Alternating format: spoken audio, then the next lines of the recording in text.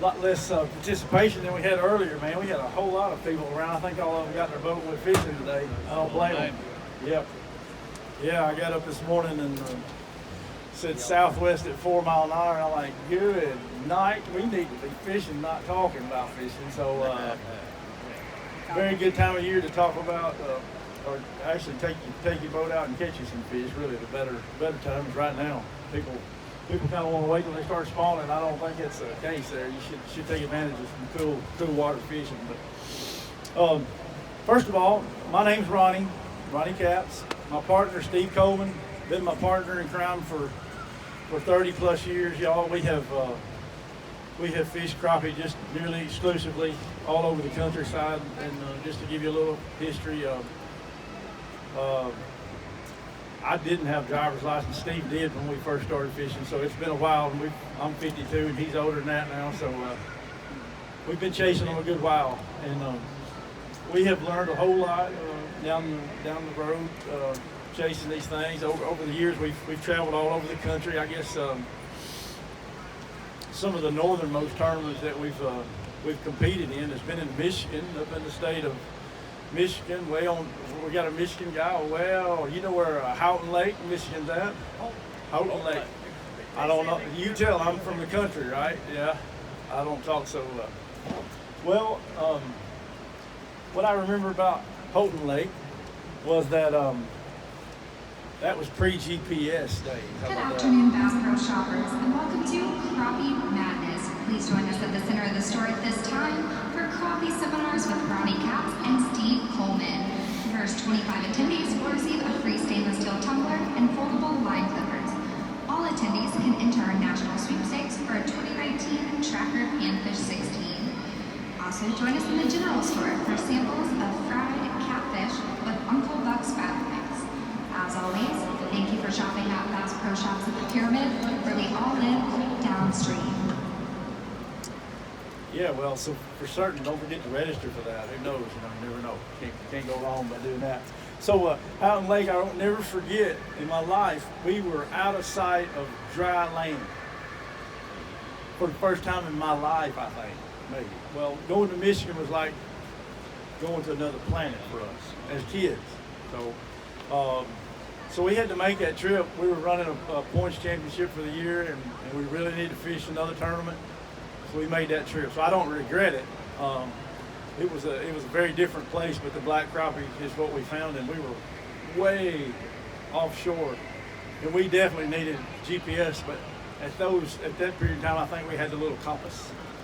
There was no technology involved. That was compared to what it is today. So that's been a while ago. Yeah, we had the old paper map out.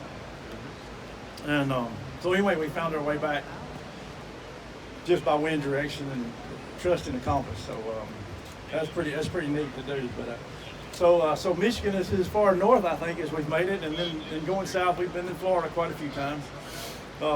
West out in Texas and Oklahoma, and east of the Carolinas, and we fished in Santee and who knows where, but everywhere in between, y'all. If you're from some of those areas, I appreciate you shouting out at me there. Any area that might interest you that we've had a tournament at, we sure be glad to tell you. Darbone, been there a time or two. Getting ready to go back. Yep. So you fishing down at the? I live right there. Oh, I didn't talk to you, probably know I know. We're getting ready to fish. He mentioned Lake Darbone in Louisiana. The national championship for the American Crappie Trail will be at Lake Darbone, and it'll be in March. We're coming, so we're right around the corner on that. It's a very, very productive lake as far as having. It's very fertile. It's got a lot of natural structure, a lot of great water quality in it, and got some great fish in it. So it'll be a shootout for sure for the national championship down there. Steve and I have fished most all those trails over the years. We've won our share of winnings, and been fortunate enough really to win more championships than anybody that's out there right now. So we're trying to keep our old record going, and at the moment we're in the lead for points championship for the year, so we'll find out who's going to win that at Dargon down in Louisiana here in a few weeks. So anyway, we really want to thank everybody for coming out and listening to us talk about crappie. I know if you're serious about crappie fishing and you can't get something from us to help you catch a few more fish, I'll be surprised when you get out of here. So try to pull something out of us before we get out of here. We're probably going to do a little rambling, and last hour we really got more response from people that would just fire questions at us, you know, about something that's always been a question in our mind, and we definitely can give you an answer if it's related to a crappie. It might not be the best answer, but it'll be our answer, and I'll just base that on my whole life of chasing them. So take it with what you want to take it with. I think it'll be a pretty good answer though. But I sure would like to hear from people from different lakes and places that they're attempting to crappie fish on, and hopefully I've been there. If not, then we'll tell you what we can think about it. You can tell me a little bit about the lake.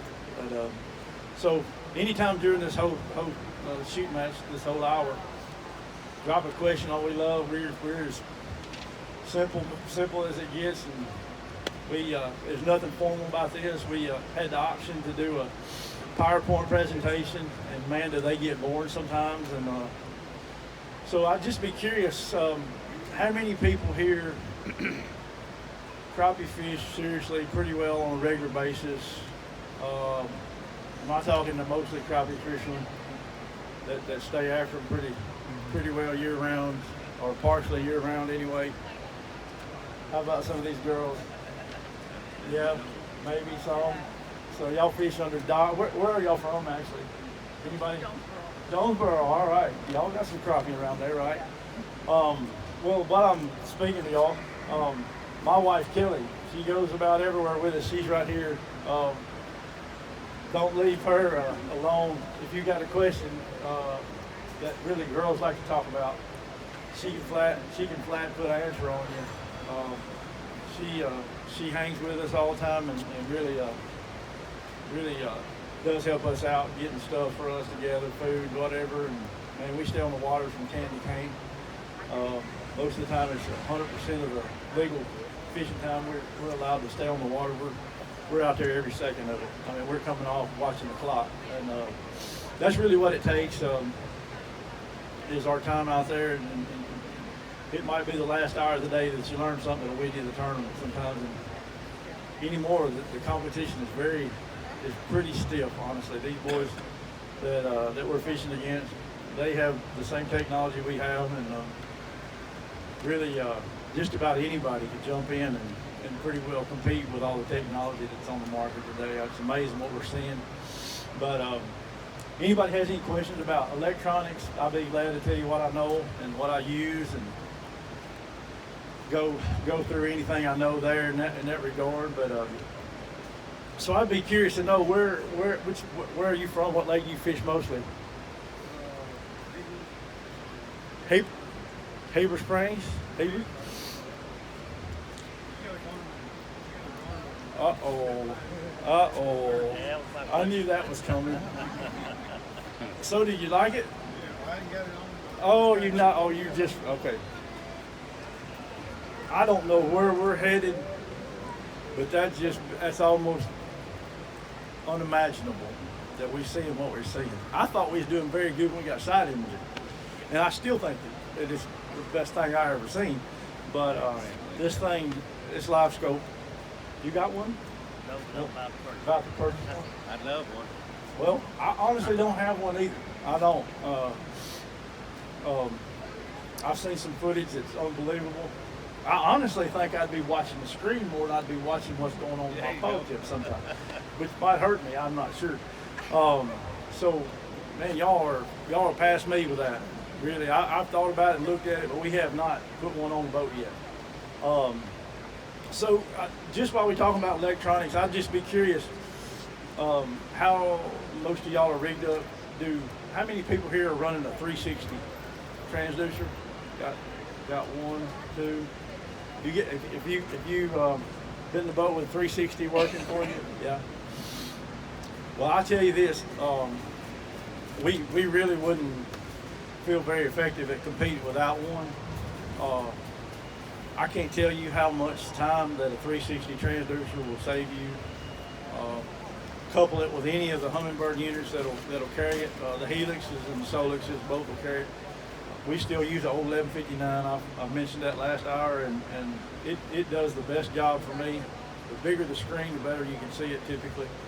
So if you don't have a 360, I'd recommend going with somebody that does, and you'll probably have to get one as soon as you get back to the bank.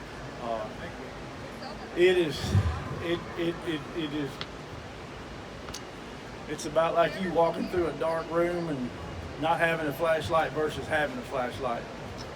But really, you can see every object coming at you, and you know yourself at structure fishing more often than not is the way you catch fish. But having that ability to see what's in front of you, I almost cringe to think I got to compete without it these days. So that's how much time it saves me. If you don't have one, think about it for sure. Yeah. So any other electronics questions while we're talking about that I can answer for somebody? So what do you use up in Michigan, man? I know you got some big lakes and big water, deep water. Like I said, back in the day, I didn't use electronics. Yep. Big Me too, yeah. We started with a lead ball and a little float, yeah, bouncing off the bottom, yeah. Been there. Well, when the flasher come out, we was happy. We got the bottom right there. A lot of people still lean on them things, but so we have come a whole long ways in crappie fishing for sure. So tell me, do most of y'all fish with single pole? Does anybody multi-pole fish? I bet you fish with more pole, one. Yeah, we got some. Only when I have to. Only when you has to. Anybody a dock shooter here? Anybody ever done that? They got Michigan docks, right? Too, right? Big black crappie lay under there. Yeah. So has anybody ever been with somebody or done the side pulling technique like they do at Pickwick? Know something about that, right? Where are you from? Pickwick, yes sir. You know Mr. Roger Gant down in that part of the good fella. He knows how to catch them. Roger's won the national championship doing just that before. Beat us right there doing that. Sure did. You know, I'm talking about all these techniques, and honestly, B&M Pole Company,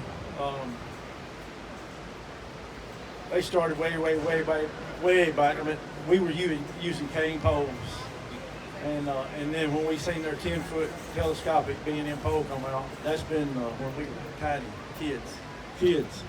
We thought this is moving. This is a whole other world here with basically a telescopic pole. But boy, have we come a long way since then. But actually, B&M poles, they have a rod for pretty much every technique that I just mentioned to you. They got techniques for that I didn't mention too, like casting. But the single pole fishing thing, I don't know if you had a chance to check them out. They just come out with a tree thumper this year.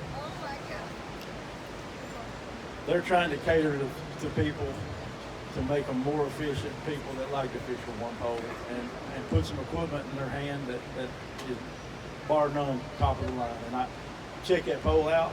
Next in line, if you're a single pole guy like that BBUL, 4.4 ounces, if you hadn't had one in your hand, you ought to try that with the real seat on the butt. Just a couple that come to mind if you're a single pole guy. But as far as multi-pole fishing, what kind of poles do you typically run? B&M, as far as the style, which one is it that you like? The PSTs, maybe BDJPs, or you just buy them? You don't know what it is. It's B&M. Yeah, what length is it? 14s. That's our favorite. So our first choice with a light, anything light like a 16th, 8th ounce or a light minnow rig would be a BGJP, what they call a BGJP, Buck's Graphite G-Pole. That's our number one catcher, without a doubt, on the light end. Just going through some of their poles, it's a BGJP is pretty well the most flexible. The next step up in flexibility is our pole, a Capps Coleman minnow rigging pole, made just 2 minnow rig with. Little bit more backbone to the pole. It'll support a weight a little better. You getting a 1/2 ounce, 3/4 to 1 ounce minnow rig, pay our little pole a little attention out there, I think you'll like it. But it's the Capps and Coleman trolling pole. The next step up from that is that PST, Pro Staff Troller. It's got some backbone. It's got some backbone. You'll lift the fish right on in with it without any trouble. Sometimes you'll have to do a little juggling act with some of those lighter rods. But it's all sometimes about personal preference. But those poles, they make a huge difference, if you will, at the end of the day, as far as you getting bites. We will. Everybody says spider rigging. I hate to think of myself as a spider rigger, whatever. More of a multi-pole kind of guy. Honestly, the days of fishing a whole big set of poles, most of the time is not so efficient for us anymore because of the technology right there at our fingertips. In the event that you're down Sardis or something like right now and you're fishing open water, yes sir, 8 poles is better than 4, I promise you. You'll catch more at the end of the day. But in the event that you're fishing particular pieces of structure, it might be a stake bed, it might be a stump, or it might be a log. We're so efficient with that 360 and the down imaging and technology that we got right there at our fingertips that we don't need any other poles other than the ones I'm gonna put on that wood. Most of the tournaments that we fished this year, you'll notice we're running about 5 rods. When really the legal limit's 8. 5 will do anything we want to do. Typically we'll put 1 on either side of the structure right off the bat. We'll have 1 that'll hit it dead on, and it'll be a little shallower, higher in the water, hopefully up over it, and we'll push them right in there. And if we can't get bit pretty quick, hey, we don't hang around too long. But if you can see these fish, you can see exactly where your hook's at. There's no reason to be wasting time and not doing just that. So I go right on back to that 360. If you don't have one, golly, look at it hard, for sure. I know I'm rambling, y'all. Any question at all that we can help y'all on? Anybody long line? I hadn't mentioned that. Long liner right here. Okay, JB, what's your favorite way to catch them? My boy's waiting over here. Well, glad you said that. I'd have never brought it up, but boy, it's not far away. You know, first, second week of April, it's pretty well addicting. You can even probably put a shotgun on your back, get you a gobbler or 2. Done that, listen to him. So wading, and really it's really popular around Mississippi, down here in Mississippi. The fluctuation of these lakes is pretty drastic. Sometimes 20 foot, maybe even. When those lakes start to rise here in the spring, those fish, that water starts warming up, they will go as far as water will let them go almost, until they almost run their backs out of the water. And that's why wading down here is sometimes more effective than even fishing out of a boat that time of year. I remember some days way back when we were kid days, the limit, I believe in Grenada was 50. Anybody remember those back in the day? We could catch 50 crappie. And when we both had 50 on a stringer, and we had to walk a heck of a long ways, like near a mile to get back to the truck. It was like dragging a deer out of the woods, man. It was a whole lot of fun, but very addicting to do. About the time they ended, the ability for us to wade fish in a tournament, we came out with our wading rod, a wading pole basically that would fit the bill to fish this ironwood in Mississippi, because I'm telling you, a 10-foot pole is about 10 foot too long nearly. If you don't run about a 7 or 8 foot rod back here, you're in a bad shape. I've actually been so frustrated with a 10 that I just took it and broke it off, broke the tip off to fit the bill. So anyway, we did convince Jack with B&M poles to make a wading rod. We got 2 models there, 8 and 9. You'll love the ability to get a fish out with that thing in a tight situation. We made it for nothing but wading. I don't believe that they're in stock back here today, but B&M Poles has a website. You can go right on. But Bass Pro will also order those for you. if you want them. Anything you don't have back there, feel free to shout somebody at that counter. They'll, well, I understand they'll order it and the discount. If they have it in stock, you can flat take it home today. But if not, if it's not in stock in the store, then you still get the 20% discount. You cannot beat that anywhere that I know of, and you'll still get the discount even though it's after this thing's over. If they have to order it, if they ship it to this store, it will not be, you will not be charged shipping charges. However, if they order it, if you're a good ways away, which you'll have to have it sent to your house, they'll charge you shipping. So if you're halfway close, be worth the drive maybe. I don't know if you're gonna buy quite a bit. So I just want to throw that out there.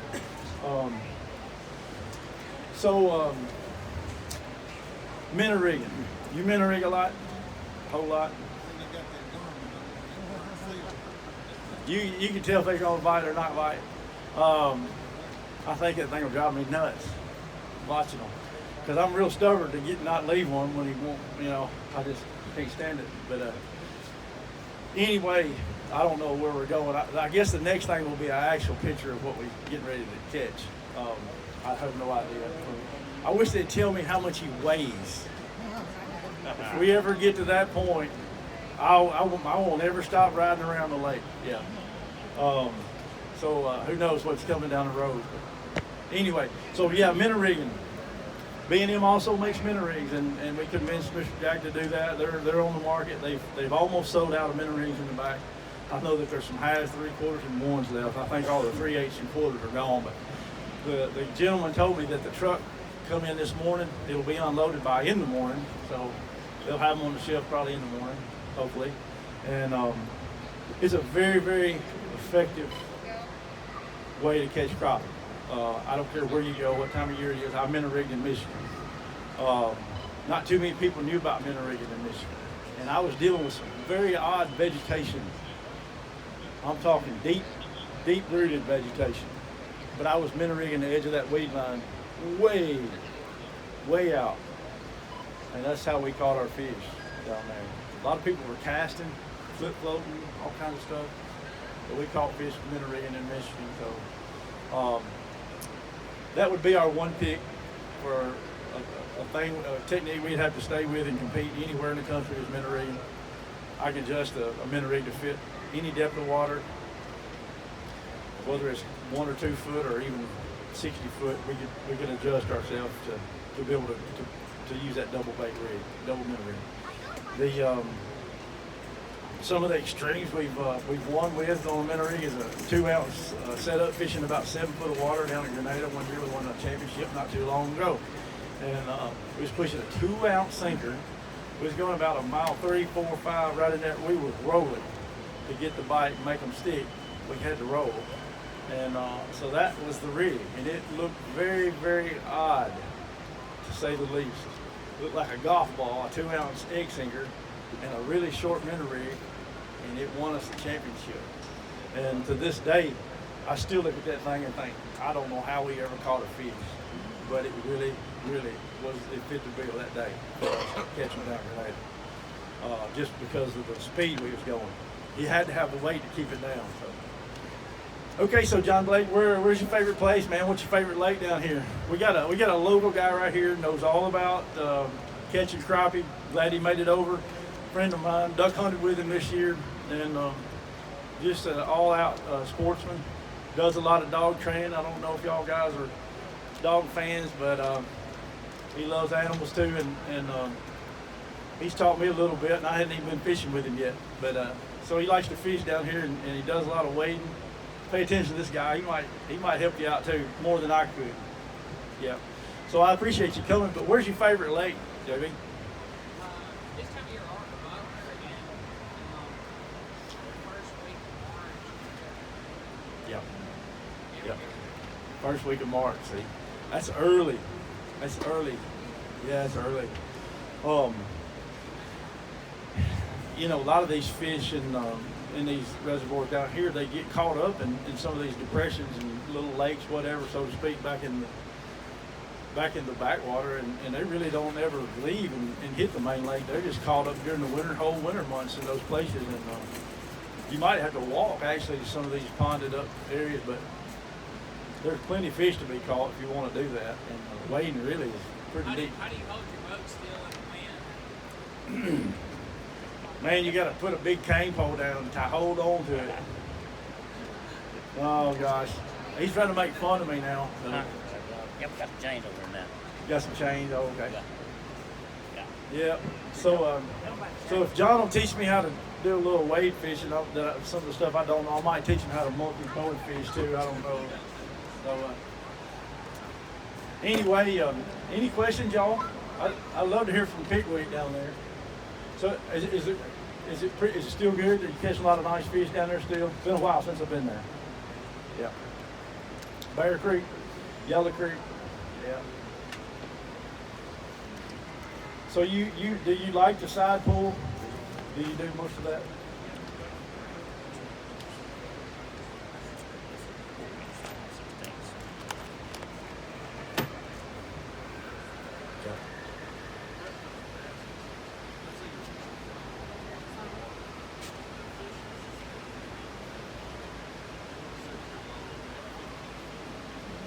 Welcome. That's right. That's right. That's what you got to figure out is, where they want to be and then try to put the bait right on them. And Roger, he's awful good at doing just that. But I'm sorry, I couldn't hear him. What is the side pull? Actually, it's a technique that Mr. Roger Gant down there around Pickwick, Corinth, Mississippi, he started doing and has been very successful with it. He's even got a custom boat made for doing that. And basically, he'll set in his boat and face the side of his boat and go backwards. His trolling motor's in the middle of the boat. So basically, he's got rods spread equally across his one side of the boat. He's going sideways. And it's crazy looking, but I'm telling you what he's doing. He's covering a whole lot of real estate by having the width of his boat versus just the bow of his boat. So he's got a guy here. He'll have a guy in the middle sometimes, and then a guy on the front. So he's got 3 guys. Everybody's got like 3 or 4 rods. And he's operating this trolling motor and staying in like pretty deep water. Typically out there in Yellow Creek, he's 25 foot deep. And that stump flat, he'll just pull over these stumps all around. Does very, very well with that technique. He won one down at in Alabama on the Alabama River one year. Won the national championship doing that. I'm proud for him. He deserved it. He's very good at it though. But for sure, that's another technique. It's pretty awesome to do if you had never done it. And B&M makes a pole for it. It's called The Difference. And I bet you know something about that. I cast with those rods a lot. I love them. They got a real light tip. They got a lot of length to it. And it does very good for us casting. So anyway, I know we're rambling a lot. Anybody got any questions we could answer for you at all? Come on. I explained to him about the chain. About the chain, all right. Steve's got a 5/16 chain right here. It's a coated chain. At the top of our list of importance for catching crappie, I bet it's most all y'all's, is basically controlling the boat. If you can control the boat in the wind or without wind or in any situation, and maintain a constant speed or basically maintain motionless if you have to, you can catch more crappie than the average guy. I'll say that. So boat control has been top of our list, and without controlling that thing, it's a haphazard deal. You might catch some when you move in the right speed or in the right position and this and that, and then all of a sudden you get out of balance with the wind blowing you or whatever. And it's very hard to maintain the boat. Running over trees, running over whatever you're trying to fish, et cetera, et cetera. But a chain, we are big fans, and these days they got spot lock on the trolling motors. These days you can push a spot lock and it'll hold you right on the spot, which is super. I'm the spot lock guy, but I don't have spot lock on the trolling motor, so it's all left up to me to do it manually like I've always done it. That's still the way we do it. But the chain here is basically a friction maker for us. We have 2 sets. We have 2 chains. We'll have one on each corner, back corner that'll loop on my rope cleat on the back of my Ranger. I run a 22-foot Ranger, and 522 is a big old boat with a whole lot of weight in it. We carry more crap than we need to carry most times. And so we get some wind behind us, man, it's a lot to stop. So the two chains that we pull, they're both the 5/16 like he's got right here, and they're 10 foot in length. That's a quarter. Is that a quarter? Yeah, 5/16. A little bit different. Well, so they're 10 foot chains, and we'll have 25 foot of quarter-inch rope, half-inch rope, whatever. Get your rope, tie it to it. Along the line of that rope, the way of that rope, we'll have loops where we hook in our rope cleat according to the wind speed, according to the bottom, the depth we're fishing. There's some variance there. Once you do it a few times, you'll figure out that it's not real hard to adjust a chain to make it work for you and slow that boat down. What you're doing is creating some resistance. This time of year, being cold as it is, it's a great thing to go downwind. Facing downwind is a whole lot warmer for sure. That wind's not in your face, but really you can control the boat much easier with some resistance with that chain pulling downwind than you can going into it. I say that. So we got two of those. One will be on each corner of our boat. We'll just pick a flat like at Real Foot. We grew up doing that down there and dragging those chains. What we'll do if we get out and it's a 10-mile-an-hour wind, we kind of already know where to set it according to the depth of the water. But what you'll want to do before you ever think about putting a pole in the water is get your chains out, drop them out on the back, and get an eyeball on something, whether it's a stump or a tree or the bank or whatever, and pay attention to the adjustment that you make with the chain. And what you want to do is create enough friction for your boat to stop, barely stop. And when the wind's blowing the hardest, it still remains stopped, not moving at all. At that point, you got it about right.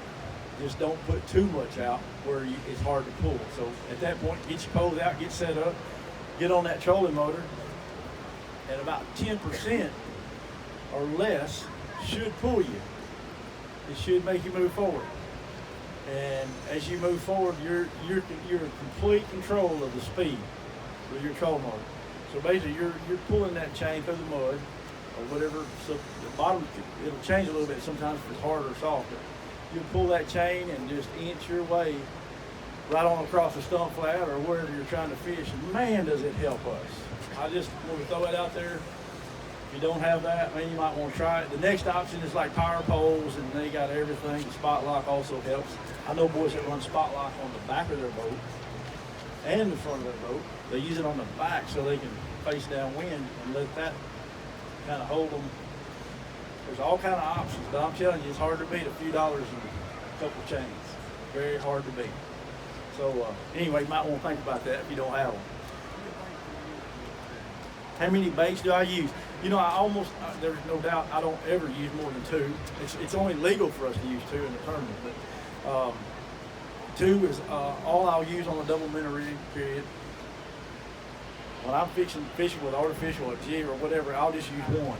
And typically, if I'm fishing with a single jig, I'm fishing shallow enough water that I feel like one's enough. I'm not trying to locate a bite. I'm putting it right on with one usually.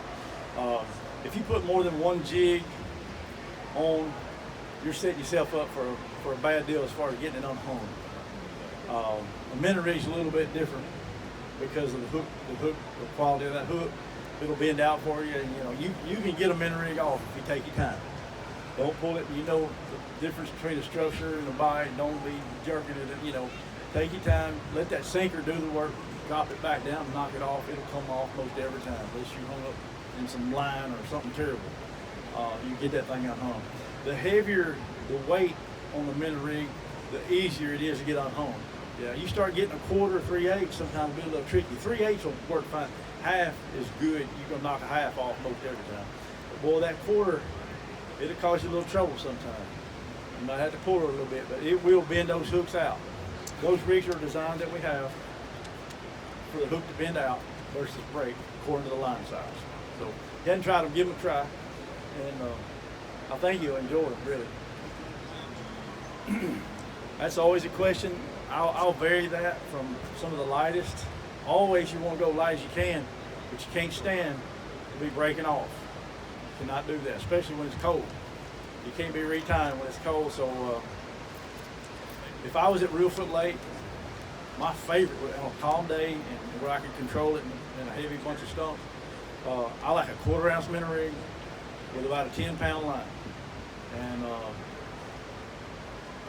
I'm telling you, it's very hard to beat. But that's about the extent of the light end of it. If you don't go that heavy, you're going to end up breaking a lot. I tell people all the time, it's much easier to be fishing with a bigger line and get it unhung than to break it off and have to retie it. So just always keep that in mind. We have gone up to 15 pound on line before just to keep from breaking. And that's pretty extreme, but I tell you what, it'll take a line of that size to support a 3/4 or 1 ounce sinker. If you don't, it'll break on that sinker every time. It sure will. What's your take on high vis versus clear or just dark green line? Okay. He's asking a question regarding the color of the line. It's always been our choice to go camo at almost everything. I'll try to match the line with the water. Honestly, a light green tint, and most of the places like Reelfoot where we got a lot of fertile water, it's green tint water, a lot of algae growth. That green tint line is my favorite. Clear is fine most anywhere. High vis is great if you can't see it. That's the only time that I have ever really been a fan of vertical fishing, and it's really up here for me. But if I have somebody with me that can't see the line, because you have to see the line, that high vis is very good to have because you can see what's going on. Another time when that high vis is very effective and great to use is long line out the back. You see the lines of where they all are. But other than that, it's just my choice to stay with camo, something that's close, that'll closely match the water, if you will. And it's either clear or green tint most of the time that I'll use. So that's my take on that. And I always prefer mono. I don't like the no stretch lines at all, braids and all that. A line that'll flex is much more effective. Just remember that when you buy a line. And, okay, well, good question. Anybody else got something? Come on, JB. I know you got something.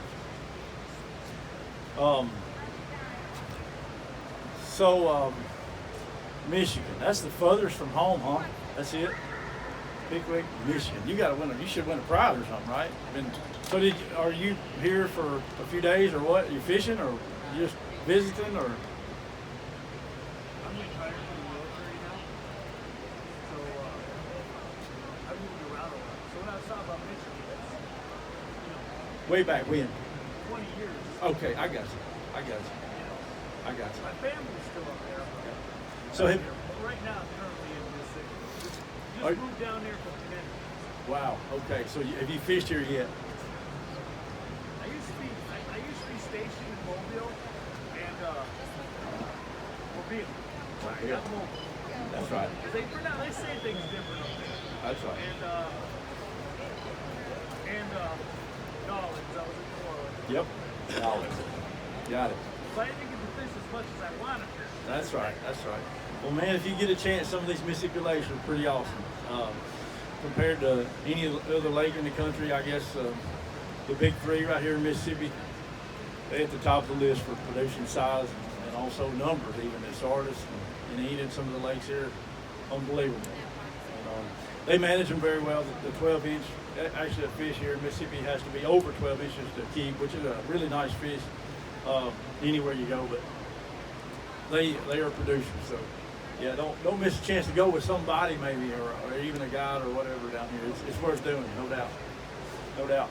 Okay, any other questions, y'all, that I can fire at you about anything? I mean, we'll be able to. All right, I got another one. When you're spider rigging, Yep. that's the way we do it a lot on Darbo. All right. We single with one jig, come above it about a foot or so, and put a split weight, just a small BB.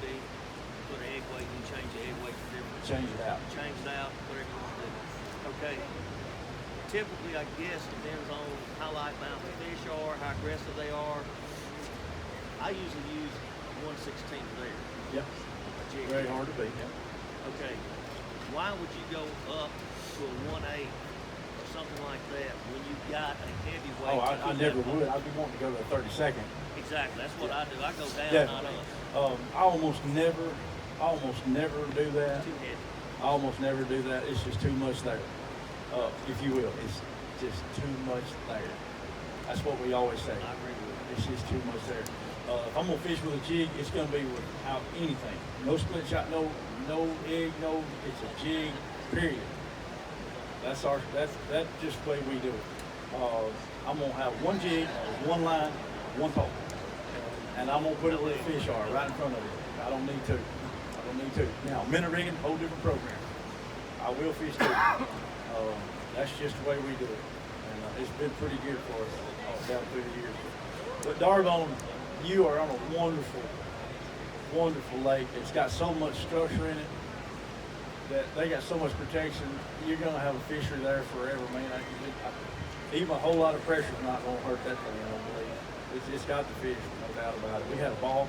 We fished below the spillway on the Washington, all the way from there, all the way to wherever. West Monroe, whatever, yeah. That was kind of the deadline, the end of the tournament waters. But loved every bit of it, and enjoyed the alligator gar, by the way. The kitty ball, that's good. I've never seen alligator gar that big this way. 100-pounders, pretty common now, I guess, down there. I mean, I seen some that look way bigger than I was, longer than I was. Catching the spoonbill that I caught in the Yeah, oh yeah, I seen some of that. But alligator gar pretty well got my attention when I was down there. They look really scary. We seen plenty, and boy, do they make some ruckus when they come up with that tail slap. Wow, yeah, we're good. So this is all the fun we get to have. We get to go to places, see all kinds of things, catch all kinds of fish. We've seen plenty of alligators too, by the way up in somewhere. Lost. Yes, Do sir. you ever have time just to fish for pleasure, or is it always Nah, competition? you know, we do once in a very short while, but honestly, we're tuned to competing. And do you ever eat the fish? We or do. you- We Like, will what do you that. do? We will do that. I think that's probably the reason a lot of people do go. Oh yes, I Very love hard to beat. Yeah, I can't deny that. No doubt about it. There will be some hit the grease, for sure. So, what's y'all's favorite way to fry one? I mean, we usually read cornmeal, whole, fry them whole. Here we go.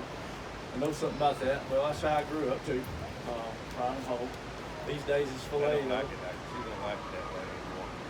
My wife, she likes them fillets too. Everybody does. So come on, somebody's got a crappie question I know for me that I hadn't heard before. Maybe Hey, something. back to the chain right quick, man. Yep, back to the chain. That chain over there, big enough to strap your boat? Or when do I need a little bigger one? Because I had a tracker, and I graduated. Got a big Graduated. 20 now. You'll have to play with that. Honestly, I got the two sets, the two chains that I told you about, and in addition to that, I always carry a big chain. Yeah. We call it the hurricane chain when there's some serious wind going on. What size is it? It's a big chain. Yeah, it's big. It's a big chain, and it's like 15, 16 foot Big. piece. I ain't gonna be out. I'm telling you, yeah. Honestly, I don't usually drag it. I use it to stop myself, but still be able to pull myself if I need to. So it's not necessarily a flow chain. It's one that I'll struggle to move to get to a spot, and then I'll fish it for a while. And then once you pull it to where you want to be, you've got the option to turn the bow left or turn the bow right, and that's about it. You can back up somewhat. You don't want to do that usually, but left and right. It's very effective when you're fishing like a treetop.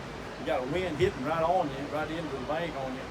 You get back out off of that bank and drop that chain and ease your boat into it, whatever it takes. You might run 100% on your trolling motor to even get to it, but once you do, you're there. You know, it's strong enough to hold you. So that's why we always carry it. It's helped us win some tournaments before, honestly. So anyway, what else, Stevie? If I'm going to a new lake, what do I look for? How do No. I catch a fish? If I'm from Michigan and come down here, what am I looking for? Get a guide. Get a guide. No, you know, it's something that we get asked a whole lot. Stevie threw it out there. It's going to somewhere new. We really just take what we know and what we've stored away over our long career of fishing and start applying similar situations to a lake. But honestly, 12 foot or shallower in any lake in the country is a great depth to start at. Usually 12 foot or shallower is where I want to fish if I can. If it happens to be a super clear lake, you'll have to drop on down. So you'll have to pay attention to the watercolor a whole lot. That watercolor is probably one of the big factors we'll look at close. It'll vary all over the whole lake. One end might be green as a gourd, the other might be muddy as all get out, and might be clear as a bell down to the dam. You just never know. But watercolor is important for us to pay attention to. I want some stain. All the stain I can get, but not fresh stain. How about that? A fertile arm of the lake where I got some algae growth, that impresses me a whole lot. Pay attention to that kind of watercolor. But you know, 4 foot, 5 foot, 6 foot is our favorite range to catch them. You can catch them quicker, you can catch them faster. You cover more ground at the end of the day, the shallower you fish. More often than not, the fish you'll catch that'll be that shallow, they'll always weigh more, which is a biggie for us. I don't care if it's 1/100th of an ounce bigger. On a same age fish, that's something we look at very hard. During the pre-fishing week, we'll collect quite a few fish from any given lake, from different areas of that lake. There might be the very northern end, southern end. We'll have a comparison and we'll write these down. We'll weigh them specifically, measure them, weigh them. What we're trying to do is establish a part of that lake that's probably more fertile, which produces a bigger fish. If he's exactly the same age in his life, mostly has been, for example, reelfoot. On the northern end of our lake, it's shallower. There's a lot more runoff that comes into it. In that regard, it's a little more fertile. There's a lot of soup that comes out of those fields and ditches that basically adds up to being more fertile system than it is on the lower end of our lake, where we don't get so much runoff. If you wanted to compare 100 crappies from the upper end of Reelfoot Lake to 100 crappie down on the lower end, I promise you, the more fertile end would have a higher weight overall. If you took the same age fish, they would weigh more. That is very important news for us to be able to figure out an area of the lake that say has 5-6-year-old fish that are actually an ounce or so bigger than the 5 or 6-year-old fish on the other end of the lake. People think fish move one end of the lake all the way to the other end of the lake. I'm assuring you that there's lakes that they do, but I'm also telling you there's lakes that they don't too. Lots of lakes, fish never move too far at all. They stay within a mile their entire life, mile radius, I guarantee it. There's fish at Reelfoot that never leave shallow water, shallower than 3 foot their entire lives, because I catch them in places when they're cut off from the main lake. You can't even access them by boat, and I catch the same fish there when it's high. They're still there. They didn't leave. When we were kids, it used to be legal to net crappie at Reelfoot Lake. The only other lake in the United States was legal was Okeechobee in Florida. So our knowledge from basically trapping, catching those in gill nets, and also fight nets was used, barrel, hoop nets, whatever. We learned a whole lot about the movement of crappie just by being able to commercial fish for those for the few years that we did. But that soon was outlawed, but the years that we did that, it was amazing how many huge fish we'd catch in water that wasn't over your waist deep, and the lake would be frozen over. I mean, 4, 5, 6 inches thick, and the net's half sticking out of the water like a hoop net, 3 foot hoop net, half of it sticking out of the water, the other part of it is under the water, and all the time that it was frozen over, it accumulated quite a few crappie. They were moving, the lake was frozen over, and they never left the shallow water. You'd think they would have tried to find a deeper basin, but honestly, they didn't. And so just by knowing that, really, it keys us into fish shallow almost year round if we can catch them shallow.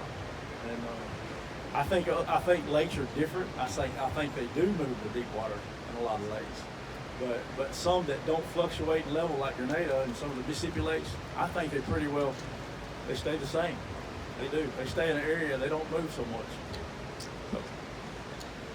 Oh, me. What's your All right. favorite jig color? What's my favorite jig color? I always hear that. You know, anything with chartreuse is a favorite of ours. There'll be lakes that'll demand a color like Grenada or Sardis down here. Orange is always a favorite down in Mississippi. It always has been. You go up to Lake of the Ozarks and blue will be a big favorite. You come to Reelfoot and it's lime and chartreuse. It's a two-tone green, if you will. It's a dark on the front and a chartreuse tail. I love to couple that with a hot candy pink head. And I'll take it anywhere on Reelfoot to compete with it, that color. I do use that. If you don't have anything that's natural, like maybe a waxworm or a minnow, a niblet's the next thing on my list. We like the sparkle scales, the silver sparkle. They don't stay on there long. No, well, I mean, you just got to keep renewing them. But I'm telling you, keep one on there. It's better than not having it on there. Yeah, definitely. Keep some scent on there. All right. Anything else, y'all? Come on, John. I know you've been thinking, dude. Give me something. He don't want to tell his secret stuff. I'll get it. I'll put him under some pressure. What size minnow do you use the most? Excuse me? What size minnow do you? What size minnow? He's asking what size minnow. You know, this time of year you can get away with. Actually, you need to think about the fish you're getting ready to catch. Like if you're at Grenada, it's going to be a whole different program than if I'm at Lake of the Ozarks. Right. On minnow side. But this time of year, they'll always gobble up a bigger minnow than they would in the fall, for sure. They're trying to get some energy. But if you measured him out, he's going to be over 3 inches. Is my favorite. 3 inch, 3.5 even. Down here in Grenada, 3.5, right? If you're gonna minnow rig with that, you can go a little larger. But if you're gonna tip a jig with it, I back down to a 2.5. You know, even nearly a 2 sometimes.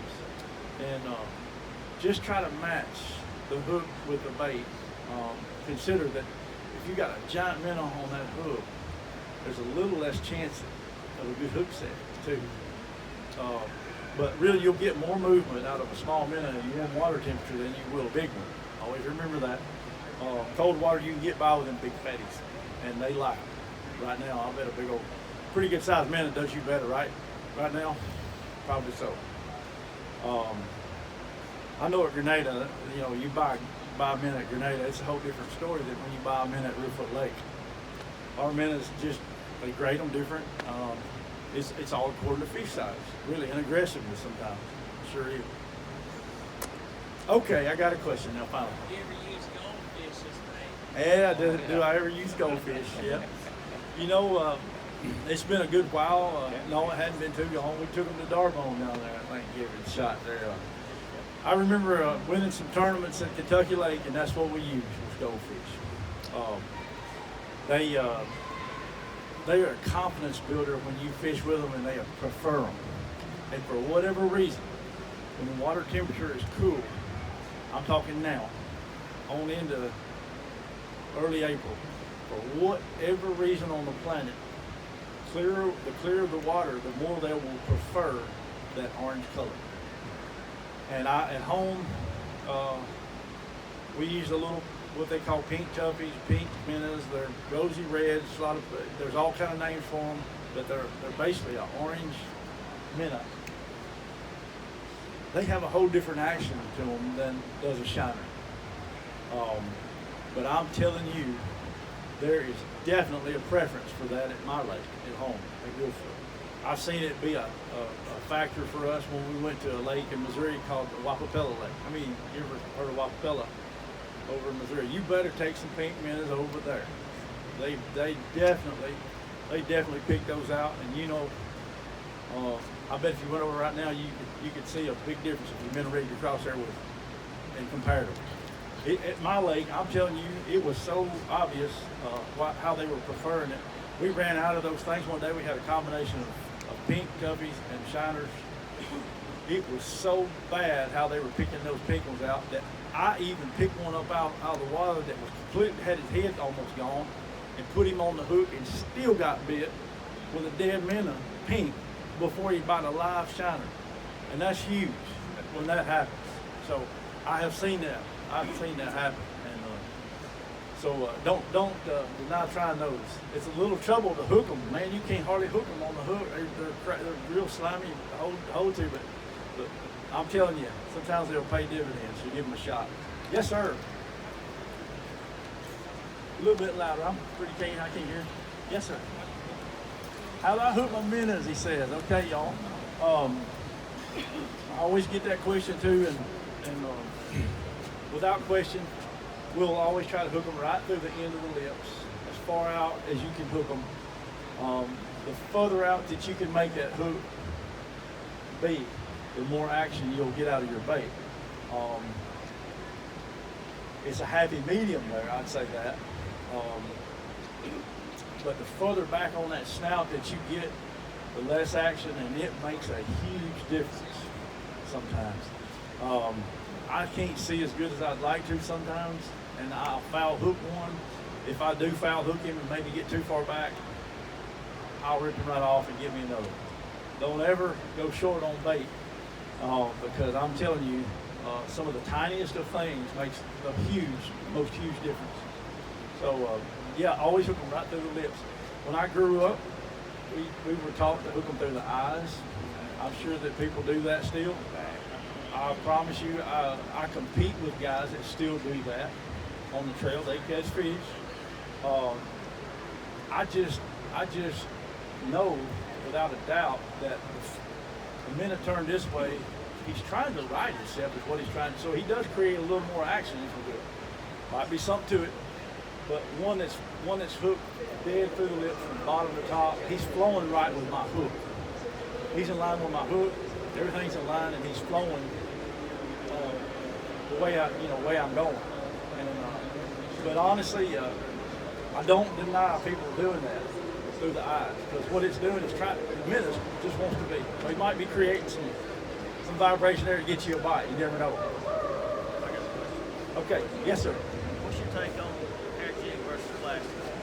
Hair jig versus plastic. We almost exclusively use plastic. We've caught plenty on hair.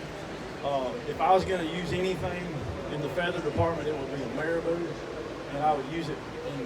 We've done that casting before and twitching. Basically, we'll have a slip float, a split shot, and then a marabou jig, 30-second under it, and the action from that marabou tail that you can get is almost like none that I've ever seen.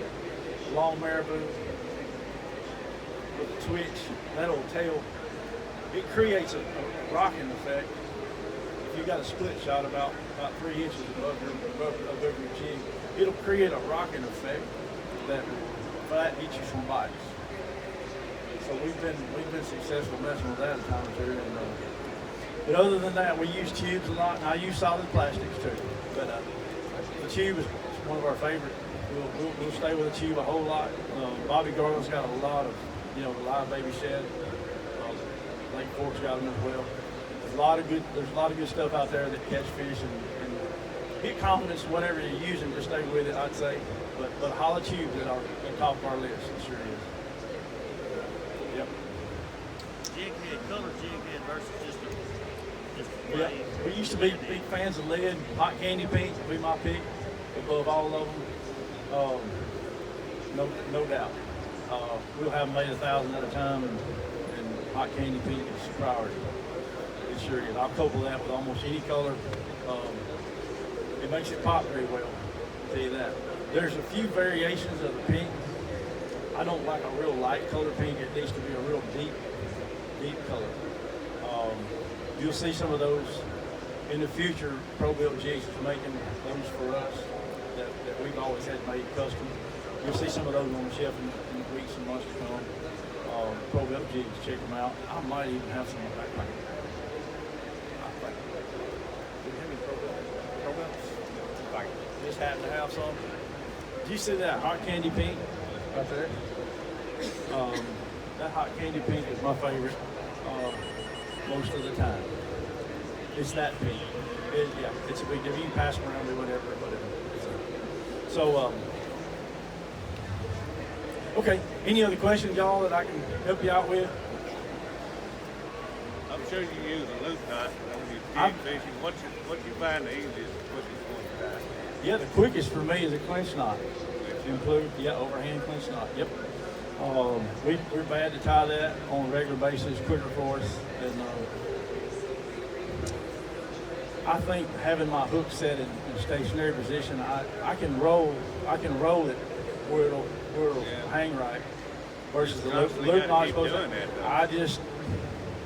It's personal preference. Yeah. That's all. And you'll get used to something that works and kind of stay with it. That's kind of what we do. So. Anyway, Kelly's here. She's probably got a word or two. You want to say something to some of these girls? They can't wait for you. I'm gonna let you have it. All right. Hey ladies, I'm so excited to see y'all here. Of course, I like to see you here too. After the seminar, we'd love to get y'all's picture.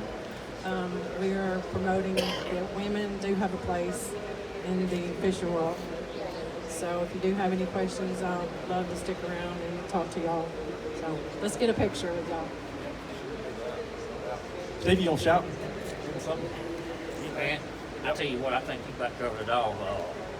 What Ronnie has told you, what we've done over these years, is exactly the truth.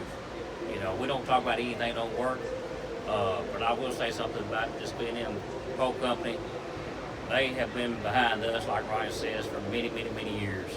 And when you go to that shelf back there, you know, pick up their products and put those poles in your hand, because they have there's a bunch of work that goes into what they've done today on these shows. It's not only here in Memphis, it's at every Bass Pro, every Cabela store, and everywhere. You know, they have speakers everywhere. So, you know, give being in shop Bass Pro, shop Cabela's, and if you got anything, we're gonna be here for about another hour. We'll be in the house, so we'll answer any question that you want to talk about, or anybody. Yep, definitely. Yeah, there's no doubt that these days that we've been sitting here talking about stuff that's new and new equipment and all the efficiency that we have with the technology. And I'm telling you that some of the largest stringers of crappie, some of the even from the average guy, some of the biggest stringers of crappie and the biggest fish have been caught in the past few years. And I'm telling you, it's nothing other than the equipment that we have right at our fingertips that's helping us out. Anymore, I mentioned that you've got to have that 360. It's no decision for us anymore. I mean, if we don't have it, we're going to go get another one that works. I mean, if our ours goes out, because it saves you so much more time. You're so much more efficient out there fishing it. I can catch as many fish in one day as I used to catch in 3 days. If you want to just talk about the efficiency. At home, we're haphazard trying to find structure and got a mark here, got a mark there, all that. I promise you, you're so much more efficient these days just by the equipment, those poles that we're using. When we started out with cane poles, we have come a long way since the old cane pole. So, yep, pay attention to some of the equipment that's out there. Don't be on the lake wasting so much time these days, because you don't have to. Really, it's easy to navigate through some of the electronics that we got. If you have any trouble, I'll be glad to help you any way to get going. I don't use all the features on some of this fancy stuff that we have that's available. Honestly, I'll adjust the sensitivity once in a while, and I'll adjust the range on some of that stuff. And other than that, I can see everything I want to see. Turn it on. That's about right. So anyway, we sure appreciate all the participation and coming out. I bet you we'll probably be back this time next year, and if Bass Pro will have us, and hopefully, who knows what will come down the road, but we'd be honored to come back and just answer any kind of question we could, tell you what we think, and heck, I just want to wish everybody some good fishing in the weeks and months to come. It's right in front of us. Some of the best fishing is like starting immediately and running through April, May, June even. So get out there, get you a partner. If you don't fish, don't have your own boat, give it a shot. Go with somebody, you'll probably get hooked, though. I have to warn you. But I appreciate everybody coming. Thanks. Thank you. Guys, give it up for Ronnie Capps and Steve Coleman. We are incredibly fortunate to have them out here today. Like I said, I think that they're going to be in the fishing department for just a little while longer, or just up here if you guys want some one-on-one time with them. Another thing that I just want to mention before you guys run off to the fishing department is in that bag with your freebies, you saw one of these. So if anyone doesn't know about our new or semi-new club program that we have, it's a way to earn points faster for you to spend back here in the store. Just for applying today, you do get a free hat. So come see me, anyone in a green shirt, or anyone in the fishing department, and we are happy to set you up with that. Thank you guys so much. Another big round of applause for these guys.